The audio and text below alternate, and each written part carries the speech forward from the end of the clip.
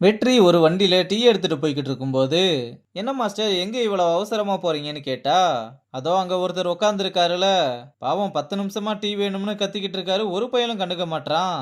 அதான் நானே டீ கொண்டு போறேன்னு சொல்ல." "ஓ அந்த ஆளா? போங்க போங்க போங்க மாஸ்டர்.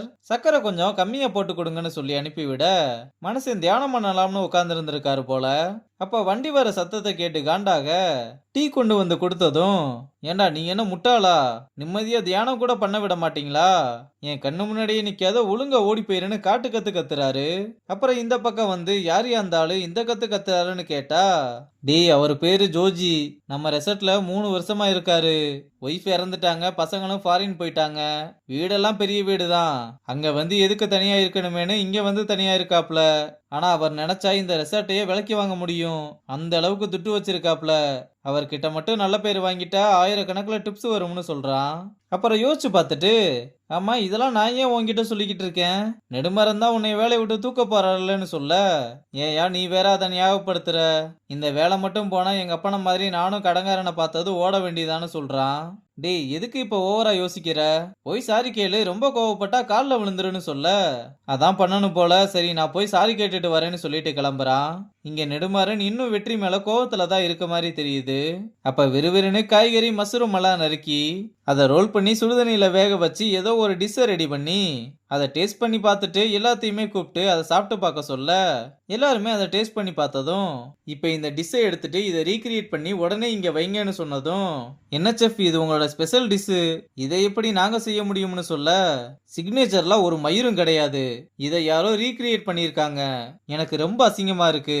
எனக்கு கீழே வேலை செய்யற வெல் சர்டிஃபைடு செஃப்ஸ் உங்களால கண்டுபிடிக்க முடியாத இன்கிரீடியன்ஸை முன்ன பின்ன கிச்சனையே பார்க்காத ஒருத்தன் வந்து கண்டுபிடிச்சிருக்கான்னு சொல்லி, இனிமேலாவது இர்ரீப்ளேசபிளா இருக்க பாருங்கன்னு சொல்லிட்டு கோவமா கிளம்புறான்.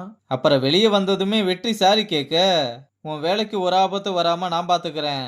அதை எப்படி கண்டுபிடிச்சேன்னு மட்டும் சொல்லுன்னு" கேட்க, நடந்த எல்லாத்தையுமே சொல்லி, "அதுல நீங்க கல்பாசி நெய் தானே போட்டிருக்கீங்க. அது என் நாக்குக்கு ரொம்ப பழக்கப்பட்டது. மீதி இருந்தது எல்லாமே எப்பவுமே போடுறது தானே சார்.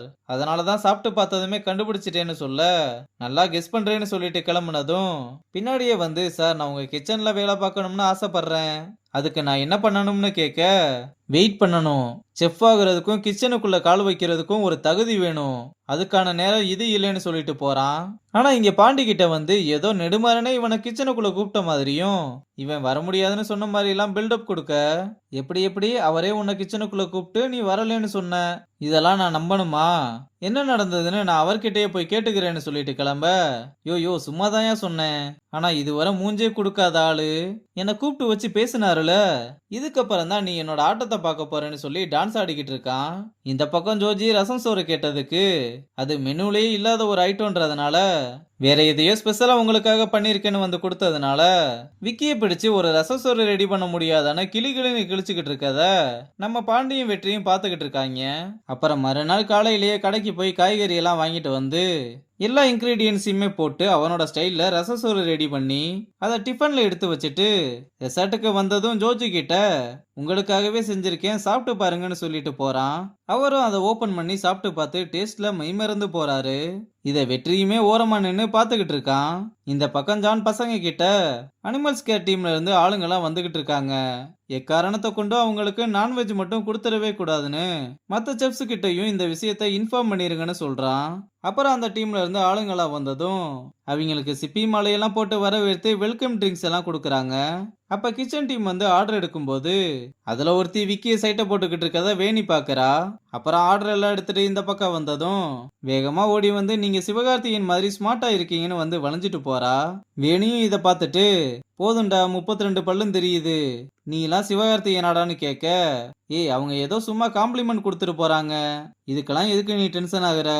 நான் எப்பவுமே உன்னோட விக்கிதான்னு" சொல்றான். இவங்க 2 பேருக்குள்ளயும் லவ் ஓடிக்கிட்டு இருக்கு போல.